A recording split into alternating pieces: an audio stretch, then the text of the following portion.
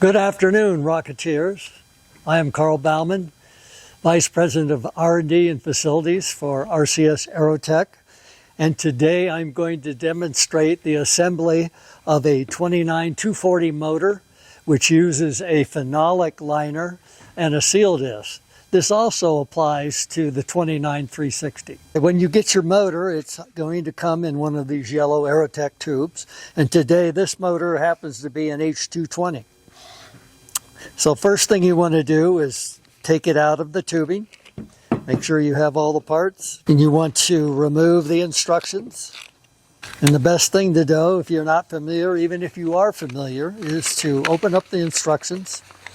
That shows the diagram of the motor. And you will see the component parts and the O-rings that are typical for assembly. So the first thing I'm going to do is get all the grains out. You'll find two of them packaged, and you'll find the other two in the liner. It looks like a good day today. They fit. You want to make sure that the grains fit the liner.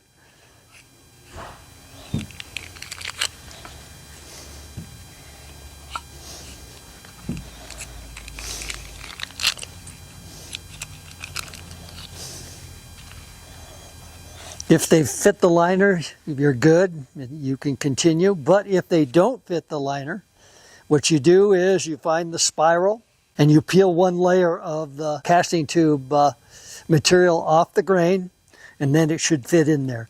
You don't want to force them in there. A lot of people force them in there, get them stuck, and then they break the liner and they're dead in the water. So once you've established that you do have the liner and the grains fit, you can set that aside and open up the rest of your components. I'm going to have an igniter, caps, paper cap if you choose to use it, the nozzle, your black powder, you can set it with the igniter. And you'll have your assorted O-rings. You have your forward O-ring, your delay O-ring, forward or aft spacer, your seal disc O-ring, and your aft O-ring. Now I'm going to show you what you do to assemble the delay column. You just want to shine the O-ring. You don't want a lot of grease on it. And it's really important that you don't get any grease on either the forward or aft end of the delay. So first we're going to assemble the delay. Set the delay spacer. Press the O-ring onto the delay without touching the face of the delay. Put the forward delay spacer into the closure. And push the whole column into the closure. And it should seat like that. You should see that kind of projection.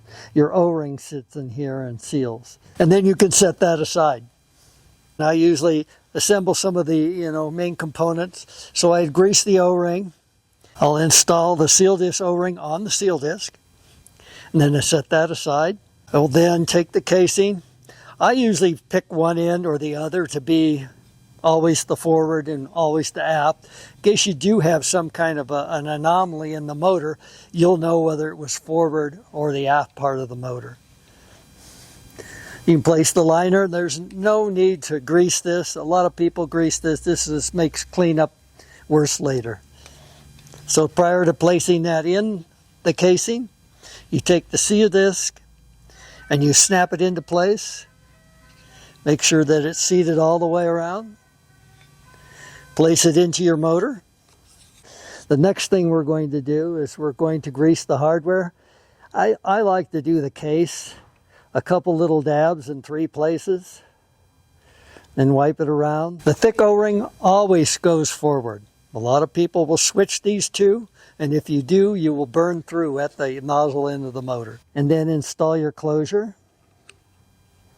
This will help to remove it later, and you always want to seat the forward end. Again, you do the same thing for the front end. A little bit of grease, not a lot, just enough to lube the threads. Place your your aft insulator, then your nozzle, then your 1/16 inch thick O-ring at the nozzle.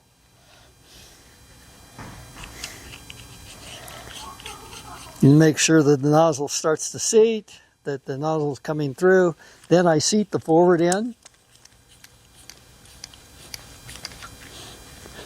And I always seat this in all the way to the case. And then snug up the aft closure. And on some of these you may see a little gap up to 1/16 of an inch. Won't hurt you. A lot of times the liner should be cut longer to support the seal disc staying in place. Then you would take your black powder and pour it into your forward closure, a little bit in there, and make sure that it goes into this port. What can happen if you just dump this, it can clump up in the port, and when you fly it, there will be no connection between the delay grain and the black powder, and it won't ignite. And so you want to make sure that when you put it a little in, make sure it goes down into that hole, and then fill it the rest of the way. You can either choose a paper cap, or you can use the supplied cap plug to seal the other. Rockets that don't have any baffles or anything in the way, this is probably the better way to go. Then after you have your motor assembled, you're obviously going to install it into the rocket.